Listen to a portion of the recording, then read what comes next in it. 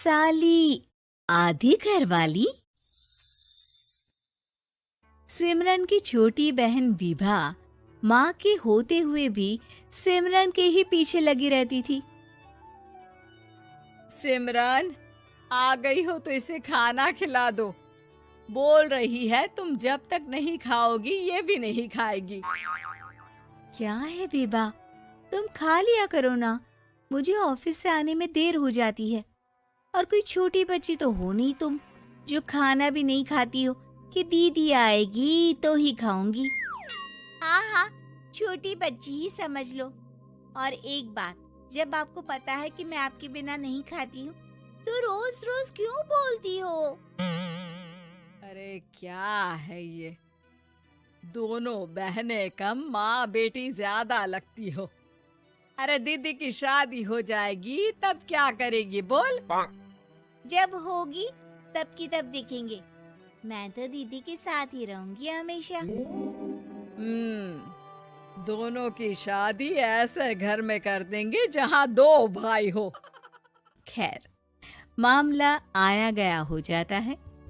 एक दिन सिमरन के पापा जब घर आते हैं। तुम लोगों के लिए अच्छी खबर है। वर्मा जी है ना मेरे दोस्त, उन्होंने सिमरन बेटी के लिए रिश्ता बताया है। बहुत अच्छा लड़का है, सिमरन को भी पसंद कर लिया है और कल वो लोग आ रहे हैं सिमरन को देखने अपने घर। सिद्धांत अपने माता पिता के साथ सिमरन को देखने आता है। उसे सिमरन अच्छी लगती है और शादी तय हो जाती है। सिद्धांत की माँ कहती है, अब तो हम लोग ले जाएंगे जल्द ही अपनी सिमरन को यहाँ से। अरे हाँ हाँ, क्यों नहीं, आपकी ही है अब तो हमारी बेटी। दूर खड़ी विभा सब सुन रही होती है।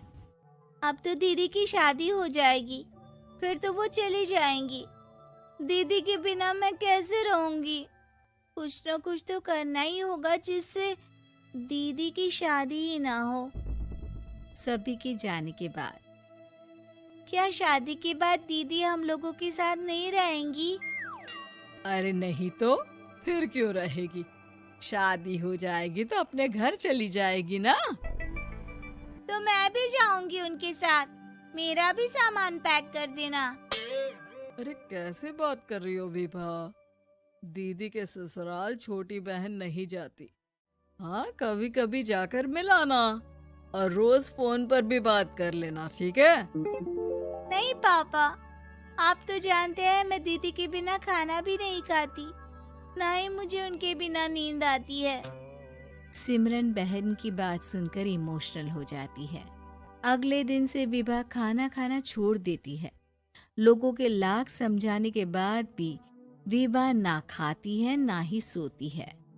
अंत में हार मानकर सिमरन सिद्धांत से मिलती है। सिद्धांत, मेरे मम्मी पापा ने बचपन से ही विभा और मुझे साथ रखा। वो मुझसे बहुत जुड़ी है। मुझे उसकी टेंशन रहेगी शादी के बाद, क्योंकि वो मेरे बिना नहीं रह सकती है। अरे ये तो छोटी सी बात है, वो हम लोगों के साथ हमारे घर में रह सकती है। जब उसकी अकल आ जाएगी या वो समझ जाएगी कि तुम्हारा घर वो नहीं बल्कि ये है, तो हम उसे घर छोड़ आएंगे, ठीक है? सिमरन खुश हो जाती है क्योंकि वो यही चाहती थी। वो माँ पिता से बात कर लेती है। अरे कैसी बात कर रही हो सिमरन, भला बेटी के ससुराल में हम छोटी बहन को कैसे भेज दे? जमाना क्या कहेगा? अरे तो पागल हो गया है, मना कर दे। इस शादी में इन लोगों का तो ये चलता ही रहेगा। कभी बहन यहाँ आ रही है, कभी वो बहन के पास जा रही है। अरे शादी हो रही है, कोई मजाक थोड़ी ना हो रहा है ना बाबा ना। माँ कैसी बात कर रही हो?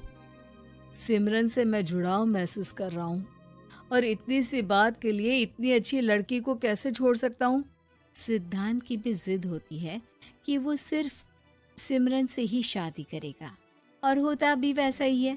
सिद्धांत और सिमरन की शादी हो जाती है और दहेज में आ जाती है विभा।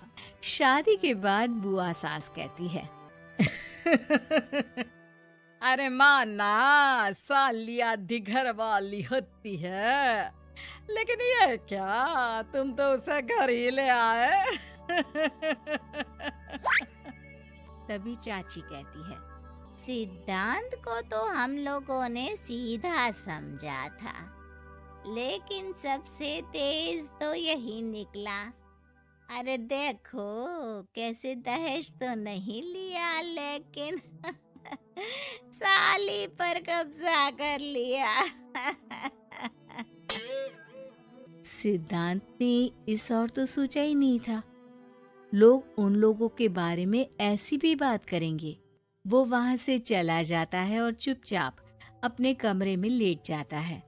क्या हुआ सिद्धांत, तुम अचानक से परेशान हो गए, कोई बात है क्या?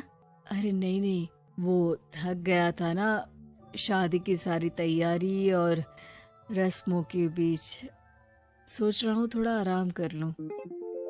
हाँ ठीक है, आप लेट जाइए, मैं विभा का बेड लगा देती हूँ जमीन पर। क्या, वो यहाँ सोएगी? हाँ, बताया तो था कि उसे नींद नहीं आती मेरे बिना, तो तुम आराम से लेटो ऊपर, हम लोग नीचे बिछा लेते हैं। अरे नहीं नहीं, तुम दोनों आराम से लेटो ऊपर, मैं माँ पापा के रूम में जा रहा हूँ। सिद्धांत वहां से दूसरे कमरे में चला जाता है, जहाँ सिद्धांत के पिता उससे कहते हैं, क्या बात है बेटा, तू उस कमरे में क्यों नहीं सो रहा? बहू से लड़ाई हो गई है क्या शादी के पहले दिन ही? अब नहीं पापा, वो दोनों बहनों को बात करनी थी और मुझे नींद आ रही है, तो मैं यहाँ सोने चला आया। अगले दिन सिद्धांत तैयार होकर ऑफिस जाता है। ऑफिस में लंच के वक्त दोस्त कहता है, क्या बात है सिद्धांत, इतना सारा खाना एक ही दिन में? हाँ यार, वो सिमरन को खाना बनाने का शौक है तो उसी ने बनाया है। यार हम लोगों की तो सिर्फ एक ही बीवी है, इसकी तो दो दो है ना। सिद्धांत को गुस्सा आ जाता है। कैसी बात कर रहा है तू? अरे तू तो भाग्यशाली है जो बीवी के साथ साथ साली भी आ गई। अरे साली लोगों की तो आधी घरवाली होती है, तुझे तो पूरी की पूरी मिल गई। सिद्धांत का पारा अब 7वें आसमान में पहुंच जाता है। वो खड़ा होकर उस लड़के से लड़ने लगता है। हाँ, मेरी शादी में मेरी बीवी के साथ मेरी साली भी आई है, ये सच है, लेकिन सिर्फ कुछ समय के लिए, क्योंकि उसने सिमरन को बचपन से ही माँ की तरह देखा और यूं अचानक वो सिमरन से अलग नहीं रह सकती थी। इसलिए सोचो, अगर मेरी बीवी उसके लिए माँ का स्थान रखती है तो मेरा दर्जा क्या हुआ? तभी वहां बॉस आ जाता है। माफ करना सिद्धांत, यहाँ इस मेंटल लेवल के लोग हैं, जरूरी नहीं साली सिर्फ आधी घरवाली ही हो, कभी वो छोटी बहन तो कभी बेटी भी होती है। वेल डन सिद्धांत। सिद्धांत को अब ऑफिस में कोई कुछ नहीं कहता, लेकिन आस पड़ोस का वो तो वही हाल रहता है। सिद्धांत ऑफिस से घर की ओर आ रहा होता है कि रास्ते में उसे अपनी कॉलोनी का दोस्त मिल जाता है। क्या बात है, चेहरे की चमक बता रही है, शादी से बड़ा खुश है तू, क्यों? हाँ यार, अच्छी लड़की और अच्छा परिवार मिलना कहाँ होता है जल्दी आजकल। यार हमें भी दिला देना ऐसा परिवार जहाँ एक के साथ एक फ्री की स्कीम चल रही हो। सिद्धांत को फिर गुस्सा आ जाता है। वो दोस्त को मारने के लिए हाथ उठाता ही है कि वहाँ विभा आ जाती है। अरे जीजू रहने दीजिए ना, ये लोग नहीं समझेंगे कि इंसानियत क्या होती है। ये सच है कि दीदी से कैसे दूर रहना ये मुझे पता नहीं था। आपने मुझे दीदी के पास रहने का मौका देकर ये समझने का मौका दिया कि लड़की का असली घर उसका ससुराल होता है। मैं समझ चुकी हूँ, मैं जा रही हूँ जीजू, लेकिन मैं खुश हूँ कि आपने मुझे अपनी छोटी बहन समझा। सभी उन लोगों को देखकर ताली बजाने लगते हैं। विभा अपने घर चली जाती है और सिद्धांत खुशी खुशी सिमरन के साथ रहने लगता है।